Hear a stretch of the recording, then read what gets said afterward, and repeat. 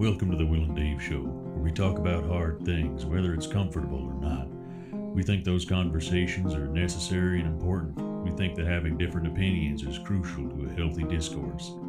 So saddle up, enjoy the fireside chat.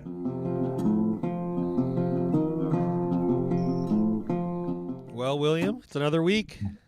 It is another week, that's for sure. And nothing has happened in the world at all this Nothing week. at all. No, it's been boring. No news. No. No, really, it's been quiet. You know. Yeah. Huh? Yeah. Do you want me to move my camera or your camera, which is easier? Oh, let me see here. I can sit up a little taller. Since we're Probably help. But I didn't slouch a lot. live in the interwebs. I can go down a hair. There we go. Look at it. Teamwork. Come on. Yeah. Look at that. So I'm going to. I'm going to vote that we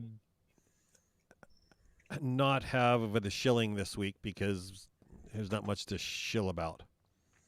What do you mean? The asking for money thing. Okay.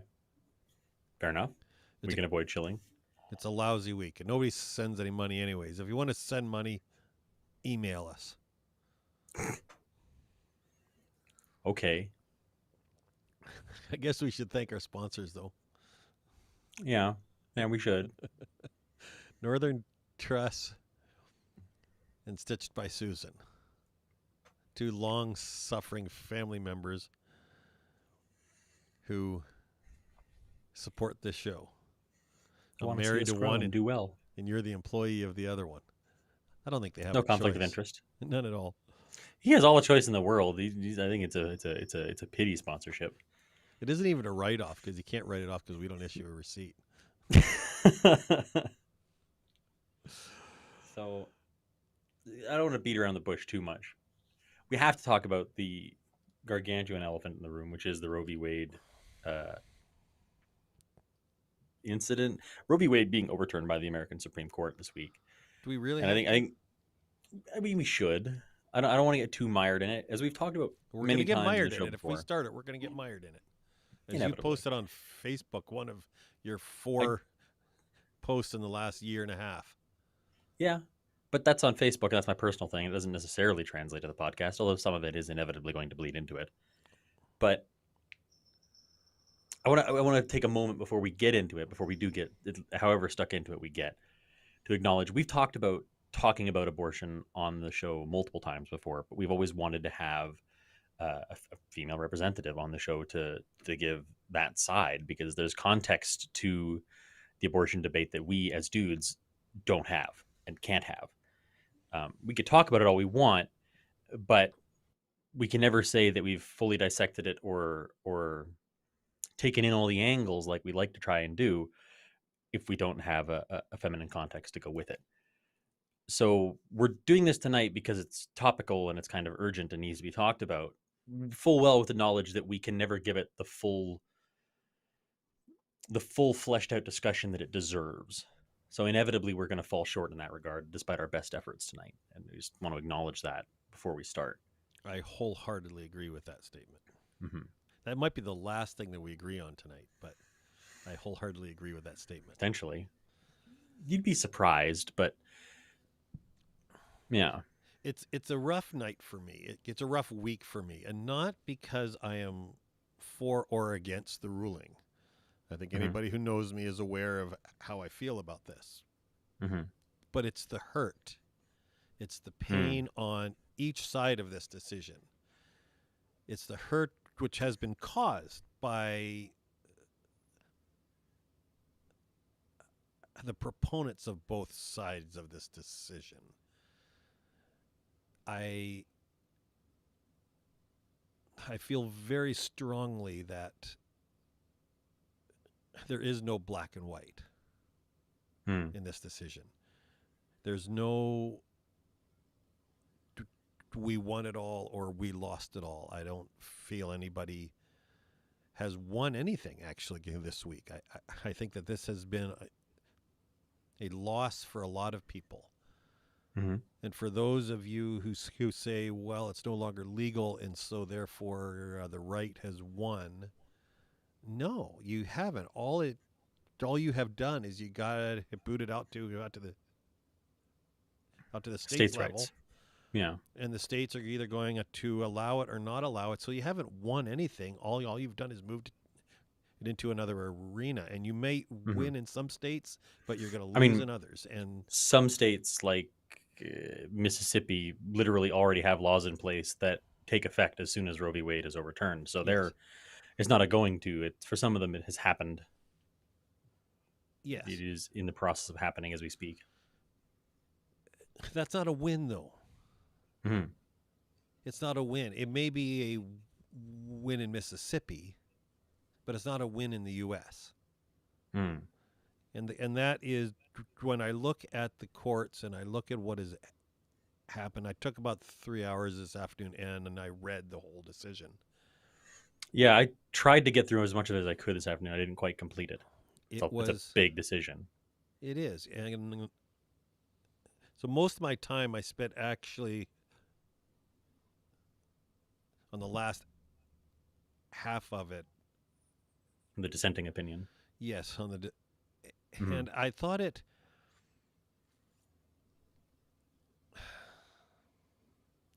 It's hard to look at this objectively as a guy. It's hard to look at it objectively as a conservative and as a Mm-hmm. Christian. Right. I'm not objective. I'm not. I Right. can't be. It goes against everything in my world. Mm-hmm. I cannot be objective about this. I wish there are those on the other side who could say the same thing. And I don't hear it. And that, from my perspective, hurts. And Mm. the right has the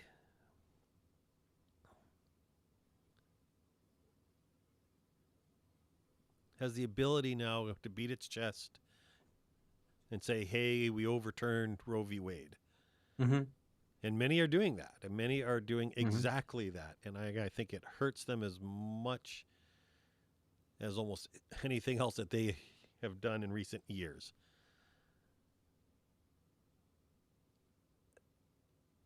Do I think it's a right move? I do. In reading the legality of it, it doesn't make abortion illegal. And that's the thing, which when you read, they say it turns back the clock. Mm-hmm. It doesn't. It removes the right in the Constitution Yeah. to abortion. I think that's a point that's easy to get, or that seems to get lost a lot, is while I agree that the Constitution doesn't have much to say about, or anything to say about abortion directly, and I don't think that the Constitution as it just simply exists has any real bearing on abortion. I think that's kind of the problem, is they're stopping there, and they're saying, "Oh, the Constitution doesn't say anything about it. Cool, we don't have to say anything about it then." Well, if you And I read the feel like, decision, that's not how they answer that. As there is a whole criteria yes, for things which are not in the Constitution mm-hmm. and how they evaluate them. Mm-hmm. When you read the decision, I they read that answered part. those. I grossly fairly. disagree with them. Well, you might, but I mean, when you look at history and the laws in history and the feelings over history over time, you can't argue with the fact that the rights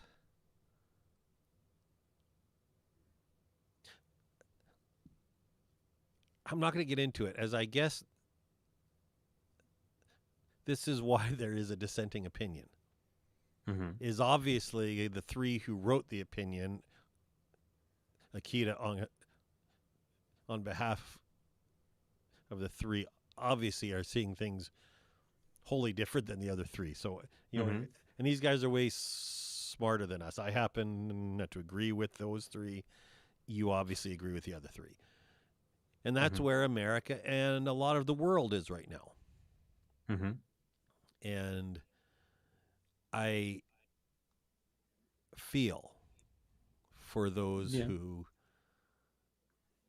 on either side of this, as I don't think either side won. I don't know.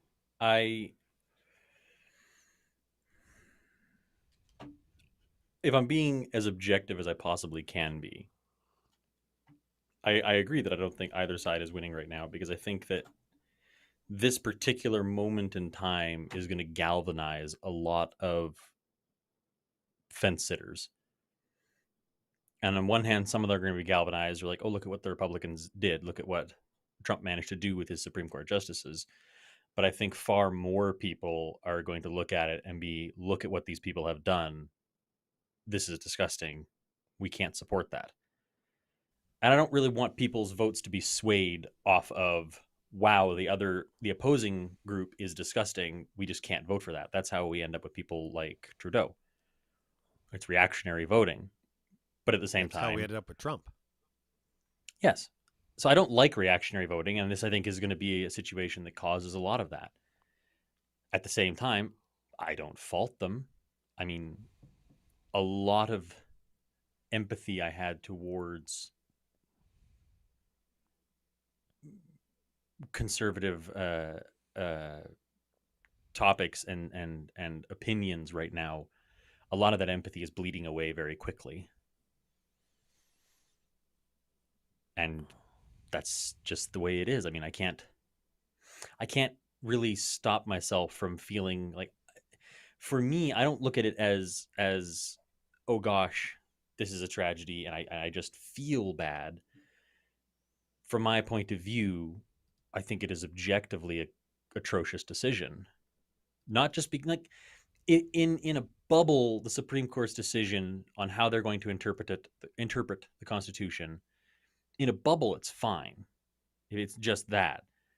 But it's going to give a lot of smaller groups the ability to abuse that power that they've now been given, or the lack of restraint that's now on them. And that's the part that scares me. Isn't so much that the Supreme Court has done something, because in a bubble, I'm not worried about what the Supreme Court did. I'm worried about the potential for abuse now that is inevitably going to happen. It's one of the hardest aspects of a democracy. Sometimes you lose. Yeah, at the same time, this doesn't feel like democracy to me. Why not?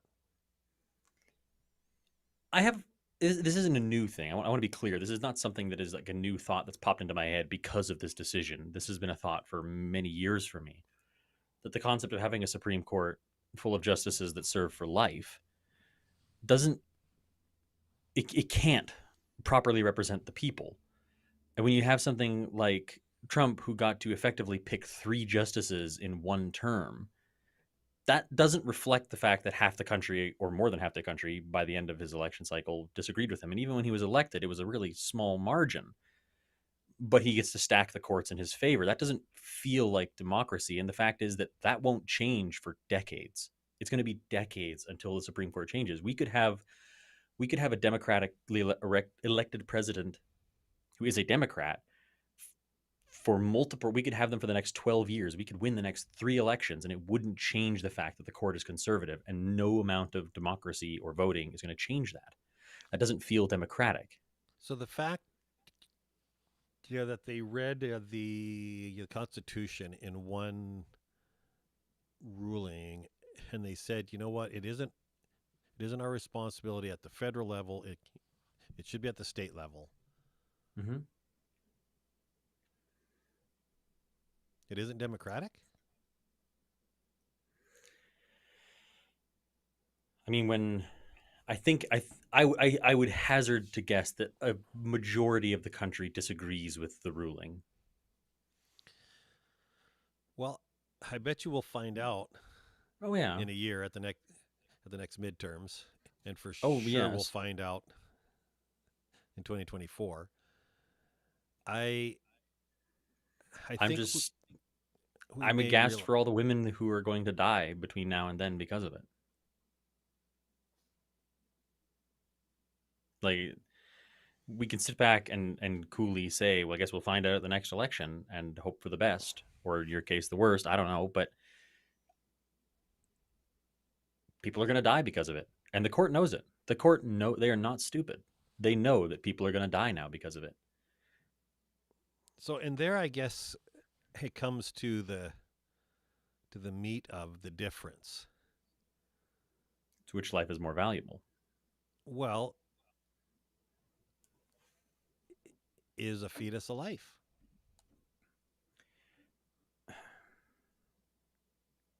It's a somewhat moot point, because if a fetus at inception, it's not life. It's a clump of cells that's attached to somebody. But we can't really pinpoint when thought and emotion sprouts in a clump of cells to signify it as its own being. I mean, in simplistic terms, it's its own being when it can survive outside of the mother's womb, I suppose. Because at that point, it is no longer required to be tied to someone else to survive. I feel like it's kind of you're trading life for life. Well, so they answered that actually in the decision. Mm-hmm. And if the it's a this is not. Oh, I don't even want to go there. It's not an easy decision. No. And I don't look at the court and looking at this and saying this was an easy thing to do, and obviously we're going to overturn this. I think it's been years in the making, and actually, if you read the reviews of the original of the Roe v. Wade and the Roe v. Casey, Mm-hmm. there was a lot of people on the left who thought it was horrible law. Mm-hmm. And that's okay. Well, but just overturning it isn't the right reaction because there's nothing in place to pick up the slack. If anything, we have relative proof that some states are going to. Part of me wants to hesitate to use the word nefarious, but I'm going to use it. Looking at what states like Utah, I think, and Texas have done in the last couple of months around abortion, I have no doubt that they are going to abuse the fact that they can write the laws to suit their whim, and they're going to abuse it to the fullest extent possible. But don't you think that they were elected because they hold those views? I don't know, because they didn't have that kind of power when they were elected. There was something keeping that in check. And I don't know. I'm scared of how I get to do something that I hate when you do, and I'm going to sit here and do it right now, is I'm scared of how far it's going to go. It's one thing for a state to say, no, you can't have abortions in our state, at which point someone can go, okay, cool, I'll just go to another state and get it done and come back home. But Texas is already in the process of trying to draft legislation that will allow them to prosecute people who get out-of-state abortions. How is that democratic? If they represent the will of the people, however that looks. Yeah, we're not going to get mired in gerrymandering tonight. Right. If they represent the will of the people and they are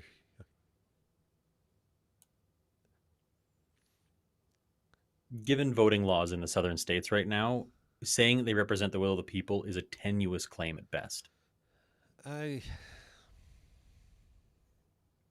It's a claim that you can make because we have no proof not no proof otherwise, but it's the fact of the matter right now that they've been voted in. But to say that they are exclusively the will of the people is a tenuous claim, considering how they've been treating people's ability to vote in the last couple of years. I look at the responses.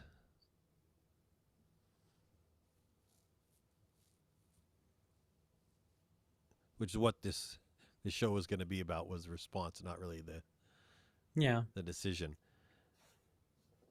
And I find it disheartening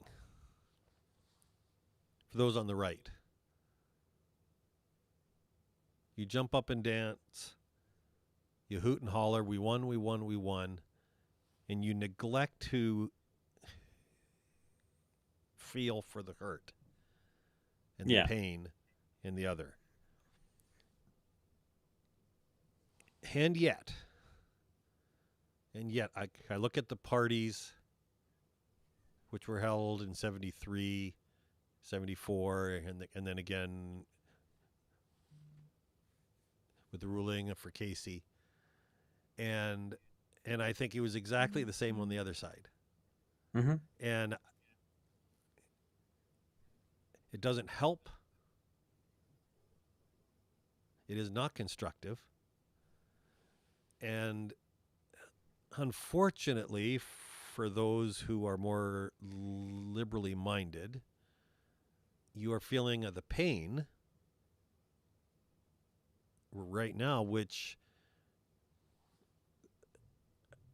the right has felt for 50 years. There's a slight difference, though, Well, in that there's of course there's it a is, difference, because you're though. on that side. No, I mean, there's like a tangible objective difference in that one is giving people the option to do something, one is telling them you cannot do something, or giving states the right to tell them they cannot do something with their own body. You don't want abortions, don't get them. And I know it's a simplistic way of looking at it, but it's really easy that one is just saying, hey, you can do this if you feel the need to do this. If you don't. One is saying you cannot, period. Well, yes. You're Yeah. exactly right. One is saying you can't do something. Yes, absolutely. Mm-hmm. But the end result is we have felt for, I say we loosely because I haven't had a really strong opinion on this, but we feel it's murder. The difference being that all of these years, you have had the ability to enact your will to do what you felt was right or what you thought was the right choice. We now have lost that. We don't get to make a decision on what is the right choice. It's been decided for us. That's the difference. One is giving a freedom that you don't like. That's okay. Don't use it. But one is taking a freedom away. So in the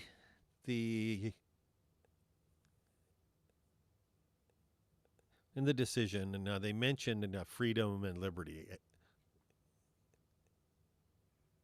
They talked about it at length. And I thought it was interesting in one, and I don't have it memorized, so you're going to forgive me if I get this wrong. Okay. That if you go down another line for freedom and for liberty, Mm-hmm. where does that end? It's ambiguous. Mm-hmm. Am I free to shoot you if I want to? Mm-hmm. And no, I'm not, because I'm breaking a law. Now, Right. Is it a law everywhere? And are there instances in which I can do it? Yes. But it's not a right, and it's not freedom or liberty to just ad hoc to do something. And they said if you go down that and you apply it that liberally, that it opens all kinds of conversations on use of drugs or violence or theft, etc. If a person's going to use drugs, it's to a certain extent it's their right because it's their body they're going to use them on. To a certain extent. Yeah, to a certain extent. And again, we want to make these, and if you look at liberty as saying, I want to do what I want to do, I'm not going to get into it a whole lot because I want everybody to read the decision, word for word from start to finish. Or if you really want to, you can get a hold of Ben Shapiro. He did a walkthrough, and it was really good. A little over 2.5 hours long. The thing that I got the most from reading what I did, and I read about 2/3 to 3/4 of it word for word, and some of it I had to skim. I probably skimmed more of the dissenting opinion because I figured it's stuff I'm already going to agree with. But it's the fact that doing this isn't going to stop abortions from happening. Right. If anything, it might have the opposite effect. Right. Because in the United States, as access to abortions has been going up over the last decade, the number of abortions being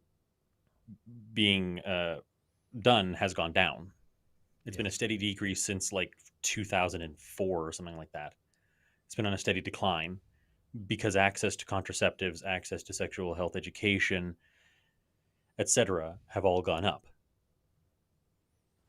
This isn't anyone who thinks that this is going to save babies' lives is being naive, because whether federally or on a state level, America's track record for banning things and telling people they can't do stuff with their own time and body Mhm. doesn't work. It backfires. It backfires horrendously every time, which is why we look at banning guns as being like, well, why we sit here, like you and me and I, despite being a progressive, look at gun banning as being a waste of time, because it doesn't work in America. Telling people they cannot do something with their own bodies and time doesn't work. They will do it regardless, and they might do it more because someone told them they can't. We are an obstinate people. This isn't going to save babies. This isn't going to save lives. It's going to cost lives I because don't more think women are going to seek shady abortions. I don't think the point of the ruling though was to approve or to disapprove of abortion. No, but it's giving states the right to do it, knowing that certain states are going to do it immediately, and they are smart enough to know the repercussions thereof. Yes, they are, except they also have ruled that it is not just is not a fundamental right to have an abortion. That's all they ruled on. And they said we're going to leave it to the states as it is not a And fundamental I, right I as guess I just espoused in the can't. Constitution. It'd be There's no one thing banning. for them to. It'd be one thing for them to say we need to walk this ruling back, or we need to try and make this a non-federal issue over time. But just dropping it, it's I feel it's grossly negligent. I feel like the people who are smart enough to be making this ruling are also smart enough to know the consequences of the ruling they're going to be making. And sure, taking it off the federal plate is one thing, but at what cost? There had to have been a better option than this. What would be the better option? I don't know, but not signing These are pretty smart untold people. numbers. But no, I mean, but just you're just signing up untold numbers of women for death and despair, just out of the gate. And it's saying to them in a world where women are only just starting to see the first glimpses of actual equality. We're saying that on a federal level, they're just not quite as valuable as the rest of us, or their bodily autonomy is not quite as valuable as everyone else's. And I think it's a load of crap, because it's putting all the burden of dealing with this on women, because it's never been men's burden. There was one guy on Twitter, and he made a post, and I know it's hyperbole, but at the same time, by being absurd, it makes a point. Where he said, "Cool, if this is the case, then every male that hits puberty should be required to have a vasectomy until he hits a certain age or a certain status point where he can afford to raise children, or prove that he can raise children, and then he can have it reversed. That's the only way to make it fair." And that is obviously ridiculous. But at the same time, it just points a light on the fact that the majority of the responsibility now for avoiding childbirth falls on women exclusively. I mean, it's already on women with birth control as it is, where the majority of that load is on them. Phrasing. But it's just another thing added to the pile that just says that we as America, I'm not American, but we as a country don't value them quite as much as we value everyone else. Their rights just don't matter quite as much. They're just not quite level. And again, these justices are some of the smartest people in the country. They know that. The dissenting justices know that. They know it's going to disproportionately affect women of color. They know that. It's There are lots of memes I saw this week of old white guys making this decision in the Supreme Court, and it's good for a laugh. It's good for a dig. It's See, I actually don't like those memes Why? because it was an old black guy that was heading up the the writing of the opinion for Roe v. Wade. But he didn't make that call, but he's giving a whole bunch of old white fogies the power to make that call now. Ay, ay, ay. I I feel like they're missing a step with their memes. well, Do better. it,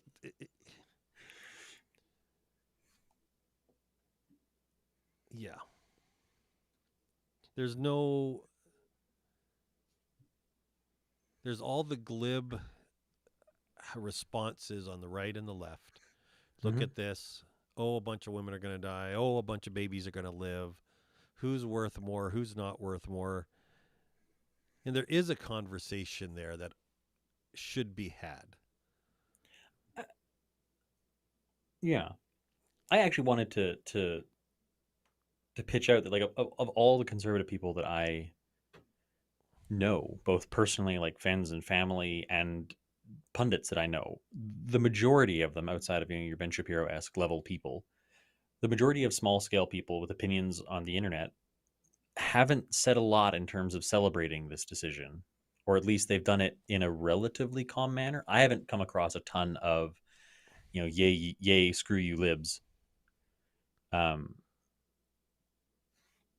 which I think is actually a good thing. I'm kind of happy to see it being somewhat understated and a little more somber. But Well, I think the majority of us realize that, as you pointed out, it's not going to stop abortion. yeah, It's not a win. It's not a win. And everybody's looking at us saying, oh, you won, you won, you won. No, we did not win. in a best case scenario for your plan of action, I guess, or your hopes and goals, it's a step in the direction you want it to go. Now it's up to states to make further steps. Um, It's it's simply put, it is not a win. I don't care how you cut it. mhm. It The one thing I sorry, go ahead. it just isn't a win. Mhm. So I want to say that I'm going to be over the upcoming months. I'm going to be trying to keep tabs. This is kind of a reflection and an expansion on something I said in my Facebook post, although a lot less aggressive than my Facebook post, I think. Um, I'm going to be keeping an eye on states like Mississippi, Texas, etc., and all the federal money and state money that would have had to go to funding abortions or healthcare for that and all it entails. That sure as hell better be going into childcare. That had better be going into social workers. That had better be going into everything to take care of these kids that are now going to be born. And if it isn't, I intend to call it out. And I hope the conservative people, if you truly, truly care about children, unborn or born, hold them to task for it. Don't let them take that money and throw it at something else. Don't let them take it and throw it at industry, oil and gas. Don't. If you truly believe that this is meant to be for the children, that money should be going towards the children. All that federal money that would have gone into funding abortion centers, all the state money, all the time, all the effort, that should all be going into something else to work towards children and making their lives better. And if it doesn't, you should be calling it out too. You should be holding your politicians to task if you truly believe that this is a win for children. And the cynic in me says that no one's going to do it. No one's going to give a crap. So I'm saying keep an eye on me in the coming months because I intend to, as I see it, be either pointing out if states do it, but also pointing out if they don't. Because, I mean, me with our one viewer and 144 subscribers on YouTube, I'm going to keep the government, I'm going to hold the government to task. You better believe it. They're going to hear from me by Jingo. But if you say that it's a good thing or if you say that it's for the children, I expect you to put your money where your mouth is or to expect your politicians to put their money where their mouths are. You voted for them. So there are a lot of us, William, on the right who would argue that not a lot is being done. There There are organizations who do a lot for promoting adoption and foster care for kids, a lot, and spend hundreds of millions of dollars. Mm-hmm. It is not for lack of effort. No, but I'm saying the effort's going to need to increase because we're not keeping up as it is. And if more children are going to be forcibly brought to term, we're going to need more. So can I go out on a crazy limb, and maybe we should, if you want to leave this out, we can do this another week. But where is the responsibility for having the baby for the first of the choices, which is having sex? Where does that responsibility fall? I mean, I think the majority of the responsibility would fall upon the parents. Like, is this not a matter of which of the choices are we going to say is my choice? What do you mean? Well, if we choose to have sex Mm-hmm. and we have a baby, Mm-hmm. is that not an outcome, a high risk outcome of having sex? Yes. So is the Calling it high risk if they know what they're doing is a little is there extreme, no but yes. culpability? Is there no culpability Oh, there's on the definitely parent culpability. for Absolutely. saying, "Hey, I'm 18 years old. I'm 19 years Mm-hmm. old. I'm 30 years old. I went out, I made out, I didn't wear anything, or I wasn't on the pill, or whatever the case may be. I have a baby, Mm-hmm. but I don't want the baby. Mm-hmm. So it's my choice, and I want to get rid of the baby." And there are Mm-hmm. those of us who say, you made the choice, and now you're paying the consequences of that choice. Mm-hmm. And there is if every abortion was for rape or for medical issues or for Mm-hmm. incest, there would be way less of an argument. And I think Yeah. everybody acknowledges that. Absolutely. That it's the abortion of convenience that really bothers us on the right Calling hand it side of the aisle. convenience is it doesn't matter whether it's an abortion or whether the kid's born. You can't force a parent to want to be a parent. You can't force them to be a parent. True. And the kid's going to be the one that suffers for it. Yes. So And I there's would a whole host of side issues that I agree with you. yeah. But there And also is subjectively, I would prefer for the kid to not have to live through that trauma of being born and not wanted. If you can just nip the whole problem in the bud, then so be it. and that's where those of us have the problem. One way or the other, the kid is going to lose that parent, whether it's before or after birth. Or parents. And we can't force them to want having a child. I know. And again, that's why I say this is not an issue of black and white. Mm-hmm. But there are a lot of us who look at if it was just for rape, incest, mm-hmm. medical issues, whole different argument for those on the right. Whole different mm-hmm. argument. But it has become a way of saying it's my body, it's my choice. I don't want to have a baby, mm-hmm. so I don't have to. Mm-hmm. And yet, what they should have done is not had sex. Okay. They wouldn't have had the baby if they hadn't had that decision. So they hadn't made that decision. If we're trying to be practical about it like that, well, it isn't practical as much as where the choice was made first. Sure. I think human history, if anything, has told us that people like to dip their chip. Yes. People like to get it on. Nothing's going to change that. That's never going to change about people. I agree. So again, this falls back on cool. If we're not going to be federally mandating rights to an abortion, we should be federally mandating sexual and sexual education and easy access to contraception. We're terrible at it, but we're trying to. It's a process. It's in every school. Some private and religious schools aren't required to teach it, though. Yeah. And they should be, because their kids are going to get it on all the same. Yes, they are. Arguably more, actually. Kids who are top. There's a couple of studies that point to the fact that abstinence teaching leads to more premarital sex than not, and more unprotected premarital sex. So For there's an me, argument to be made that for me, avoiding it is making it actively worse. for me, it is not about avoiding having sex. It's Mhm. that if you have it and you get pregnant, I'm so sorry. That was your choice. And again, that's a harsh way of it's a harsh way of looking at it. And yet, if you live in Texas, it's where you're at today. Yeah, I mean, If you go if we down could to ever come up with a way to actually enforce men being required to support the children that they father, that'd also be cool. oh man, I just had this conversation with a guy the other day. He he went on a rant about that, and I don't have it all down yet. I'm going to unpack it, and then we'll talk about it sometime. I wish there was a way to, like, bureaucratically speaking, there is no way to track that many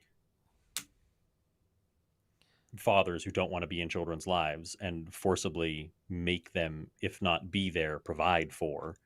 You are It's exactly right. it's an impossible number, and so by proxy, it falls to the women again.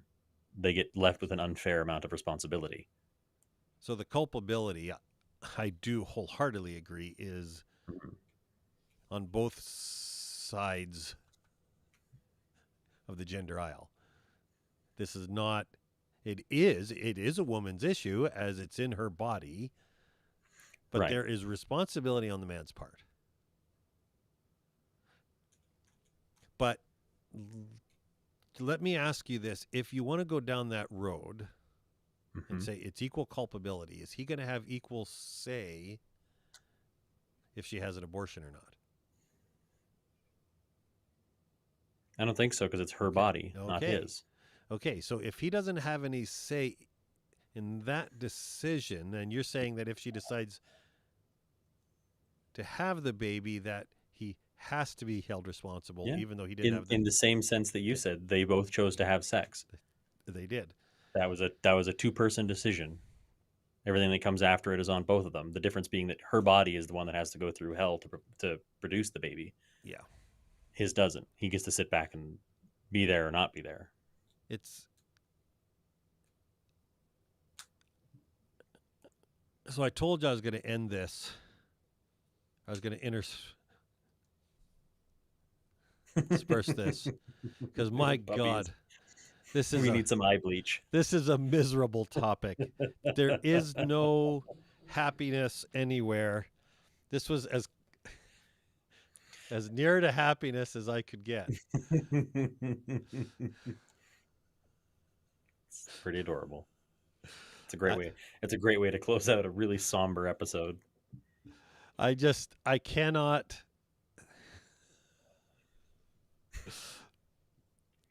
Fabio. Tippy taps. There just is way too much hurt in the world. This is me. You better believe as soon as this episode's done, I'm going to snuggle the ever loving crap out of my cats, because Lord knows I need a little bit of just unabashed goodness in my life right now. What are you doing next weekend? Probably a podcast. Not coming to Creston, though. I'm going to be on the road. So I think we should take a week off for Okay. all of our viewers this week. We'll probably take next weekend off. I think the one viewer is my my monitor stream. We may get some views in the coming week, though. It It is a summer weekend. Viewership is going to dip. I have to go back to the dog. There we go. Here we go. Looks like it's been a rough day. It just is a heavy topic, and there's no winning. There is no winning on this, and I don't like it. It's painful. So I'm going to leave you, and I'm going to go upstairs, eat popcorn, and watch a Marvel movie. You do that. Which one? Doctor Strange? So I watched that the other night. Here's a funny story. I invited a friend of mine over. Mm-hmm. We're going to watch Doctor Strange, the second one, right? And He's not really into Marvel, but he was there with me and Jacob, and we're just hanging out watching a movie. And Jacob, he's seen it already, so he fell asleep. And it's a Marvel movie. There's nothing believable in a Marvel movie. Like it Yeah. is strictly It's fantastical. yes. So 15 minutes left in the movie. 15 minutes. And he leaves. I've had it. I'm done. I'm finished. 15 minutes. You couldn't make it to the last scene of the movie where the good guys win. Nope. His loss. But for those of you who care, the best part of the whole movie was Bruce Campbell. I like the fact that they did actually do that, because that's a Sam Raimi thing. Yes. He makes the point of always bringing Bruce Campbell in, and that was nice. I am sure that Bruce Campbell is financially involved in this movie in some way. I'm sure. He's involved with Raimi in almost everything they do. So, yep. I think he has a cameo in almost every Raimi movie. Oh, I'm thinking. Which is the way it should be. I just like the fact that Sam Raimi's directing big budget films again. I like that. I enjoy Sam Raimi's good eye for campiness. He has a great eye for camp, and I appreciate it. Okay, well, I'm letting you be. I'm going to leave you. Okay. That sure looks like Gwyn, doesn't it? It does look like Gwyn, bringing back the memories. Okay.